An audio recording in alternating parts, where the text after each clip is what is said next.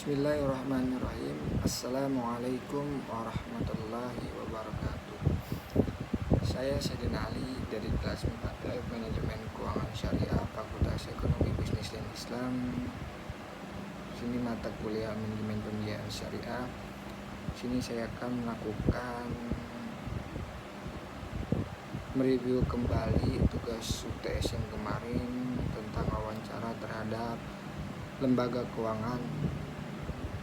Di sini saya menggunakan lembaga keuangan konvensional yaitu Bank BCA, di mana wawancaranya yang berisi yang pertama ada bagaimana skema pengajuan pembiayaan di lembaga keuangan tersebut, yang kedua ada bagaimana analisis risiko pembiayaan di lembaga keuangan tersebut, yang ketiga produk apa saja yang digunakan dalam pembiayaan di kelembagaan keuangan tersebut, yang keempat profesi apa saja yang menjadi nasabah pembiayaan di lembaga keuangan tersebut, yang kelima sektor apa yang paling dominan dibiayai oleh lembaga keuangan tersebut, yang keenam bagaimana jika terjadi pembiayaan bermasalah di lembaga keuangan tersebut, yang ketujuh atau yang terakhir rasio apa saja yang digunakan untuk mengevaluasi kerja pembiayaan lembaga keuangan tersebut.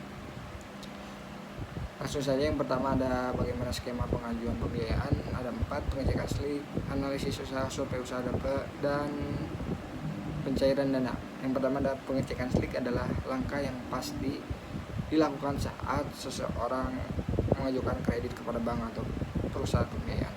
Yang kedua ada survei usaha. Survei usaha adalah penelitian atau pemeriksaan yang dilakukan dengan cara komprehensif. Survei dapat dilakukan dengan wawancara langsung atau dengan kuesioner secara online maupun offline. Survei dilakukan untuk mengambil informasi terbaru yang bermanfaat bagi perusahaan. Terus ada analisis usaha. Analisis usaha adalah yang berupa kegiatan melakukan perencanaan, meriset, memprediksi, serta mengevaluasi kegiatan usaha maupun bisnis. Analisis usaha ini dilakukan untuk mengetahui atau menghindari segala kemungkinan buruk yang terjadi ketika proses bisnis atau pembiayaan dijalankan, karena dalam sebuah usaha pasti memiliki resiko. Resiko yang terburuk pun bisa dihindari, diminimalisir, bahkan diantisipasi dengan melakukan analisis usaha ini. Analisis tersebut juga bisa digunakan untuk meningkatkan keuntungan dan tujuan utama sebuah bisnis. Sebenarnya sebuah analisis diperlukan untuk menang lebih dalam dari segala sisi. Sebuah analisa yang baik biasanya akan memperlihatkan analisis sebuah bisnis dari semua aspek dan data yang pernah dilakukan, mulai dari faktor internal maupun eksternal. Kemudian ada bagaimana analisis risiko pembiayaan di lembaga keuangan tersebut. Yang pertama ada melalui kebutuhan modal usaha, kedua jenis usaha, dan agunan.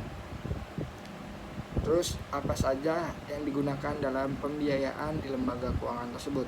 Di sini ada 5 produknya, yaitu kredit mikro, retail, rekening koran, konsumer, dan modal kerja. Pengertiannya yaitu dari kredit mikro adalah bentuk pinjaman dengan jumlah yang kecil, di mana layanan ini diperuntukkan bagi masyarakat kelas menengah ke bawah yang tidak memiliki pekerjaan, namun mempunyai riwayat kredit yang sangat sehat. Tujuan dari kredit mikro adalah sebagai bantuan modal usaha yang bagi mereka yang ingin memulai bisnis. Jadi intinya kredit mikro ini bantuan untuk memulai usaha. Kemudian ada kredit retail, yaitu jenis pinjaman yang diberikan kepada konsumen individu untuk keperluan konsumtif atau produktif. Kemudian ada rekening kredit koran, yaitu layanan pinjaman yang diberikan perbankan ke nasabah atau debitur dengan plafon tertentu dan diberlakukan suku bunga berdasarkan dana yang dipergunakan. Kemudian ada pengertian kredit konsumen adalah fasilitas kredit yang diberikan oleh pihak bank yang diperuntukkan untuk konsumsi secara pribadi. Kredit konsumen lebih tepat itu kredit konsumtif, berbeda dengan kredit lainnya. Yang terakhir ada kredit modal kerja, merupakan fasilitas kredit yang diberikan oleh suatu lembaga keuangan, umumnya bank, kepada kreditur dalam bentuk pinjaman untuk modal usaha. Jadi dapat dikatakan bahwa kredit ini merupakan program pembiayaan yang dikhususkan untuk modal usaha saja. Selanjutnya ada profesi apa yang menjadi nasabah pembiayaan di lembaga keuangan tersebut. Dominannya yang kebanyakan melakukan pembiayaan yaitu karyawan swasta, wira swasta, dan kontraktor. Kemudian ada sektor apa yang paling didominasi dibiayai oleh lembaga. Yang paling banyak tuh kayak sektor modal kerja seperti kredit UMKM, pertanian, KPR, dan lain-lain, dan masih banyak yang lain. Terus yang keenam ada bagaimana jika terjadi pembiayaan bermasalah di lembaga keuangan tersebut.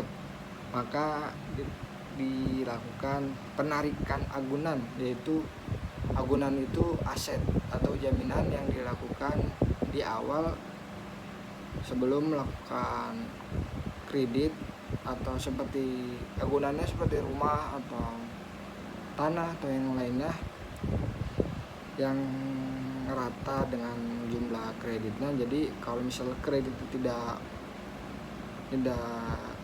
berhambatan, bermasalah, maka agunan yang jadi dijaminkan itu maka diambil oleh bank. Rasio, kemudian yang terakhir ada rasio apa saja yang digunakan untuk mengevaluasi kinerja tersebut. Ada rasio kebutuhan modal kerja, rasio jenis usaha, agunan, dan penjualan usaha.